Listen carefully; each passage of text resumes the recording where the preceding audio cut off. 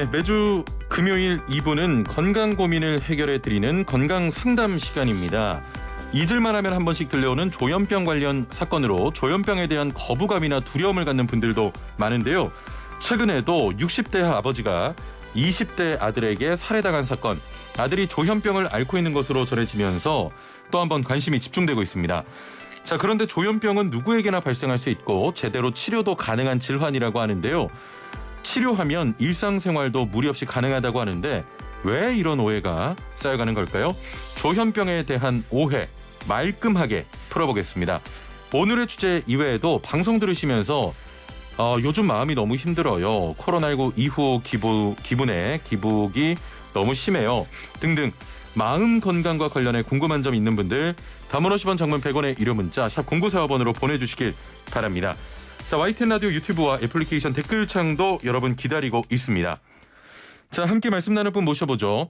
성모 공감 정신건강의학과 의원 송민규 원장과 함께하겠습니다. 원장님 안녕하세요. 예, 안녕하세요. 예, 조현병 아주 희귀한 질환이라고 생각했는데 저는 몰랐습니다. 이게 비교적 흔한 질환이라면서요? 예, 그렇습니다. 예. 조현병은요, 10대 후반에서 한 20대 나이에 시작해가지고 예. 좀 만성적인 경과를 보이는 질환이에요. 그래서 이제 정신적으로 좀 혼란된 상태, 현실과 현실이 아닌 것을 구별하는 능력이 좀 약화되는 뇌의 질환이라고 생각하시면 되고요. 예.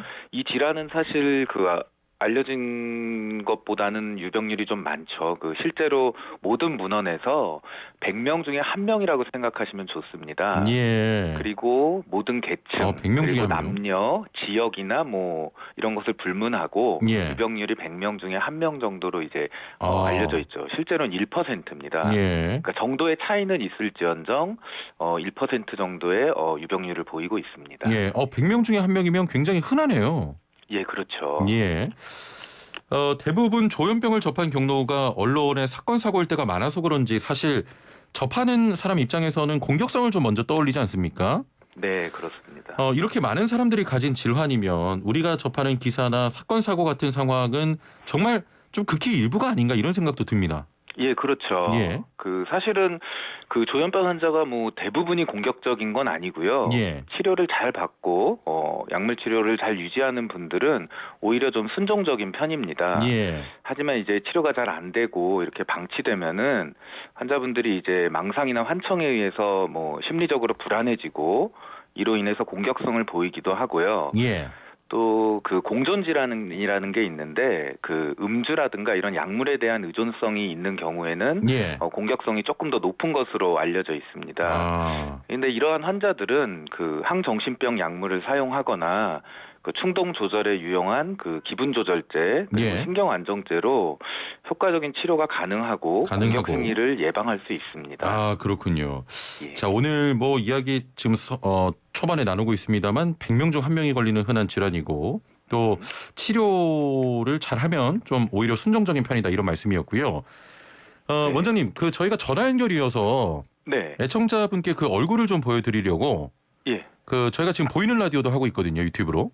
그러세요? 예, 병원 홈페이지 가서 사진을 좀 찾았어요, 저희가 제작진이. 예. 근데 이게 뭡니까 이게? 캐리커처. 병원 홈페이지에 대표 원장님의 원장님의 캐리커처가 들어가 있습니까? 홈페이지에? 예, 맞습니다. 네, 그걸 올려놨는데요. 그걸 또 어떻게 찾으셨네요. 저희가 좀 집요해요, 제작진이. 예. 예.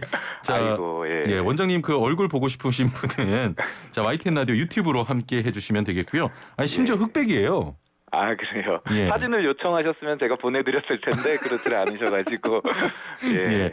되게 인자해 보이시는데 실제로도 좀 그러십니까? 그걸 좀 글쎄요. 그걸 제가 어떻게 좀 판단하겠습니까? 네. 알겠습니다. 좋게 봐주셔서 감사합니다. 아유, 네. 저희가 감사하고요. 네.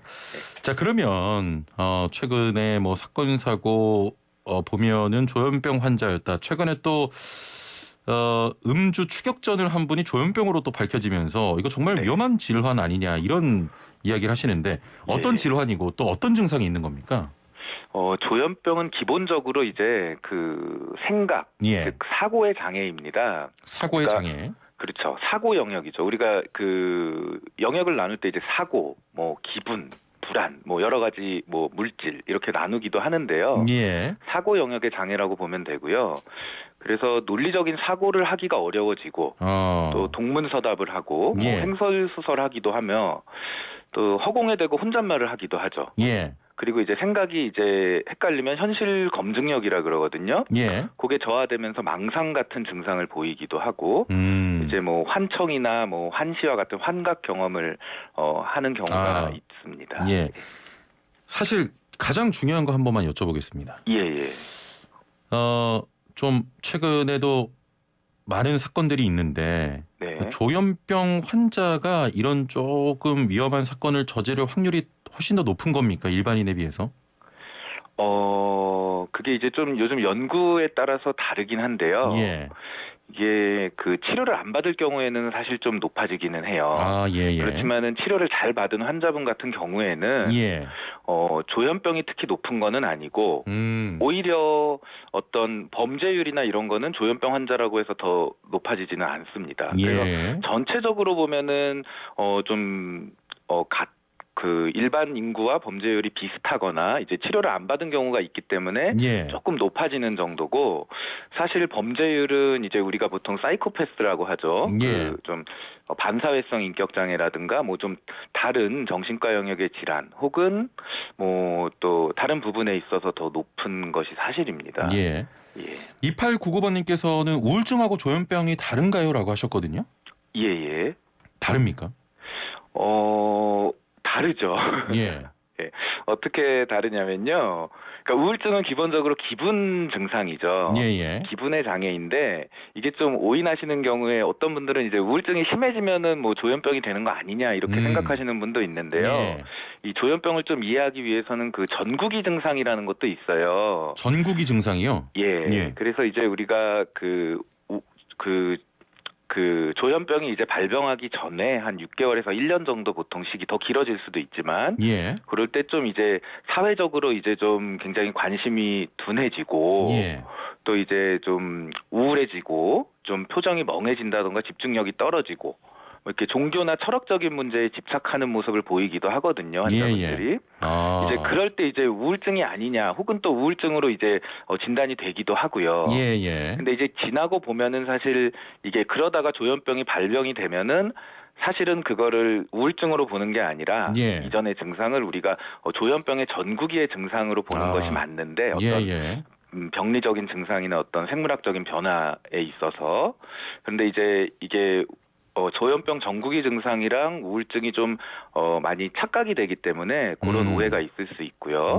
그리고 또 하나는 이제 뭐 망상이나 환청 같은 경우에도 그 조현병에서는 이제 그 피해 망상이나 이런 것들이 이제 주되는데 우울증에서도 망상을 보일 수는 있거든요. 아주 심한 경우에. 근데 이때는 주로 그 우울한 기분하고 연관돼서 뭐 내가 너무 과도하게 죄를 지었고 뭐 정말 나는 죄인이다 이러거나 세상이 다 망했고 뭐 미래에 아무런 희망도 없다 이런 식의 양상을 보입니다. 그래서 이런 걸 통해서 우리가 진단할 때 감별을 하기도 합니다. 환청이나 환각, 망상 같은 경우엔 어느 정도 그 질환이 심각해지는 상황이라고 보이는데 초기부터 이런 증상이 있는 겁니까?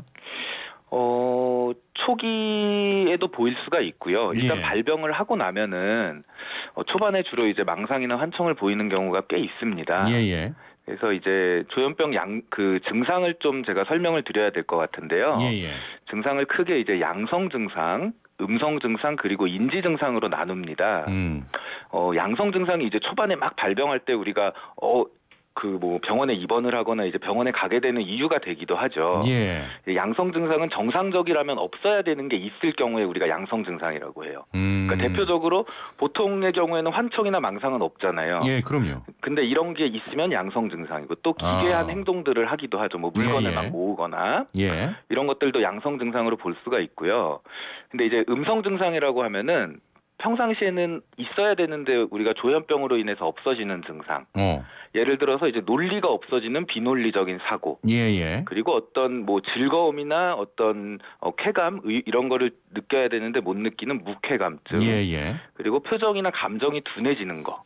이런 것들이 대표적입니다. 아, 있었다가 없어지는 것들. 그렇죠. 예. 원래 있어야 되는데 있어야 없어지는 되는데. 거죠. 예, 예. 병으로 인해서. 이제 일단 발병하면은 초기엔 양성 증상 보이는 경우가 많고요. 예. 이제 근데 경우에 따라서는 꼭 환각이나 망상이 없는 경과를 보이는 조현병 환자분도 있습니다. 예, 예. 자, 그러면 궁금한 네. 게 이런 질환은 왜 생기는 겁니까? 조현병의 원인은 예. 그 생물학적인 소인 그리고 환경의 상호작용에 의해서 발병된다고 추정되고 있고요. 예, 예. 그 과거에는 조현병을 좀 심리적인 질환으로 보는 견해가 컸는데 현재는 어떤 뇌 생화학적인 이상과 연관된다고 보는 견해가 지배적이에요. 예, 예.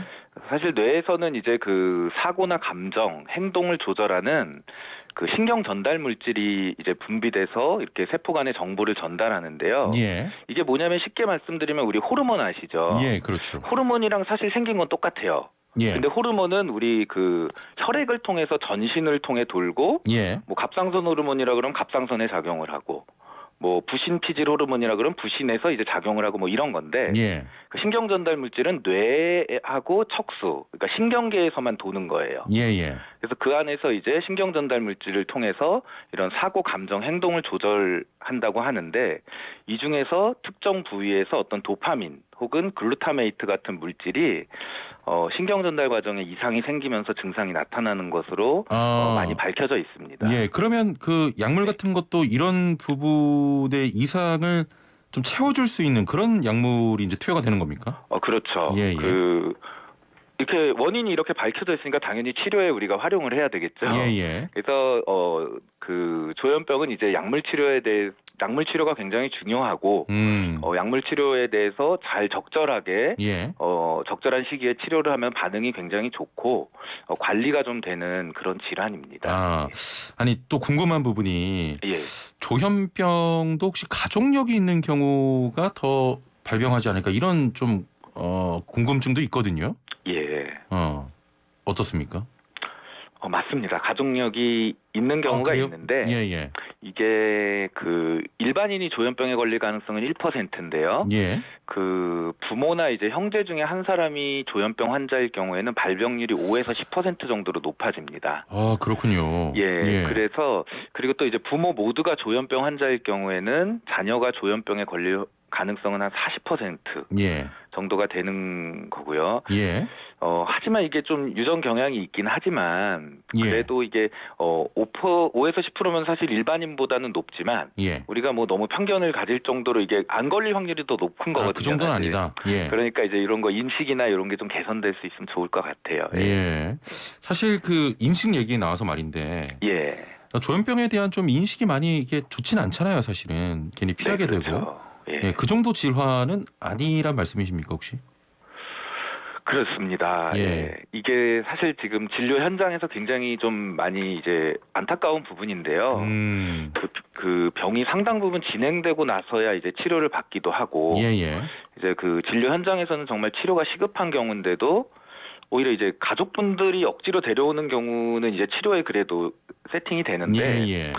가족분들마저도 이제 그 어떤 그런 거부감이라든가 이런 그 인식 때문에 예. 치료가 잘 안 되는 경우가 굉장히 많습니다. 예, 예. 그래서 이런 부분들이 있어서 이제 사실 그 신경정신학회에서는 그 우리가 이제 정신분열병이었거든요. 사실은 이 병명도 예, 예. 굉장히 더 좀 이렇게 끔찍했죠. 우리 그 일반인들이 이제 받아들이기에는. 그렇죠. 예. 그래서 뭐 이름을 이렇게 좀 조현병으로 이렇게 좀 순화하고 이제 그런 작업도 좀 시행을 하고 있었고요. 예, 예. 그리고 최근에는 이제 그 병원이 그러면 이제 좀 거부감이 있다 하면 정신건강복지센터들이 예. 굉장히 지자체마다 좀 많이 확대되고 있어요, 요즘에. 예. 꼭 조현병뿐 아니라 어떤 청년분들의 우울증, 뭐 노인 우울증 문제라든가 우리나라 자살률과 관련해서 이렇게 많이 있는데 그런 복지센터에서도 보통 조현병을 한 부서에서 다루고 예. 이렇게 사례 관리, 그 꼭 치료를 안 하시더라도 어떻게 지내는지 정도는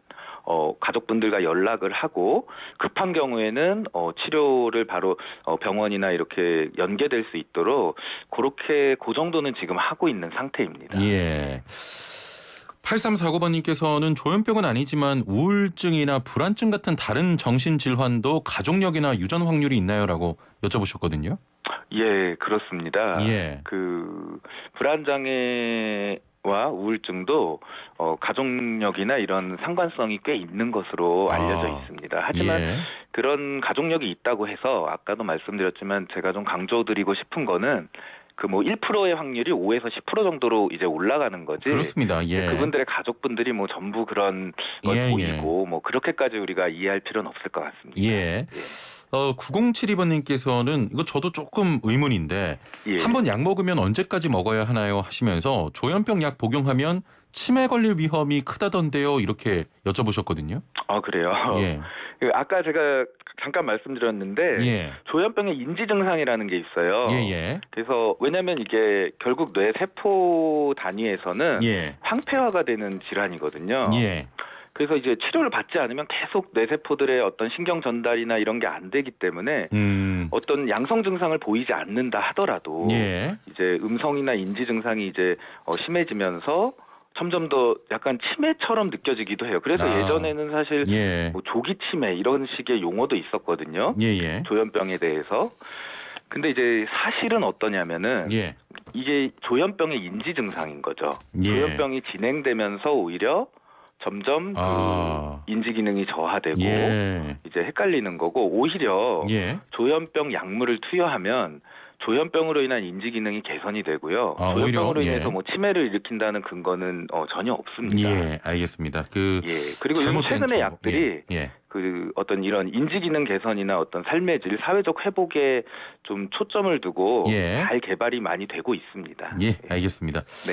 자, 지금 마칠 시간인데 저희가 사실은 이제 퀴즈를 중간에 내거든요. 애청자분께. 예. 잘 듣고 우리 원장님께서도 혹시 힌트가 가능하면 힌트 한 번만 부탁드리겠습니다.